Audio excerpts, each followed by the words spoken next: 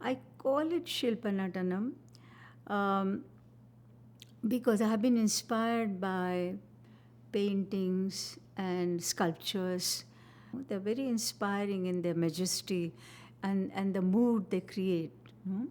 For example, I created recently a piece called Medea's Passion, which is again going back to Greek themes. It came from this painting I saw by Eugene Delacroix. There is a dark mood in that painting.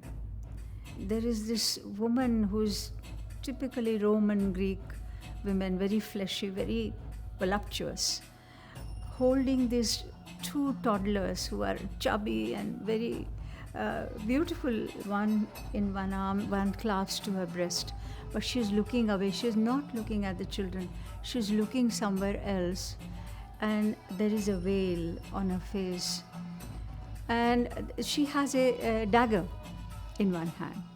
So the story also is that Medea ultimately murders her own children. I've just taken Medea as a character and explored different facets of this powerful woman who is a magician, a sorceress, a lover, a mother, and a murderess. So a good example would be from the allegory of the cave, which is not derived from any sculpture or painting per se, but it's an idea.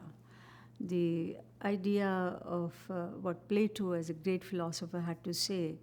So here is this person who is in the cave along with other people, tied to each other kind of with chains. The chains are symbolic of the chains we wear, the likes, dislikes, prejudices, or the narrow world in which we live, and we think we know the world, but it's really a very narrow, narrow world. So this character,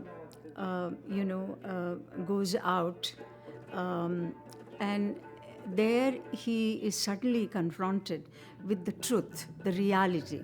Reality, not the reality of the cave, inside the cave, where all these individuals are living and they think that's the world, but the reality outside. And so that is what I meant, is to arrest a moment in a character, to open it up so that the audience can really understand what it is that Plato is trying to say. There is no way to tell. I could not do that in 3 or 4 symbolic movements. For example, Satya, truth, beauty, and scales, justice. So these 3 mudras, these 3 gestures, would have been what a traditional dancer would do. And leave it at that. I don't do that. I created a whole scenario of what he saw and why those are the real forms. Okay? So that is the way I have opened up Bharatanatyam to audiences, to make it accessible both in terms of different themes. I mean, no Bharatanatyam dancer is going to think about doing Plato's allegory of the cave.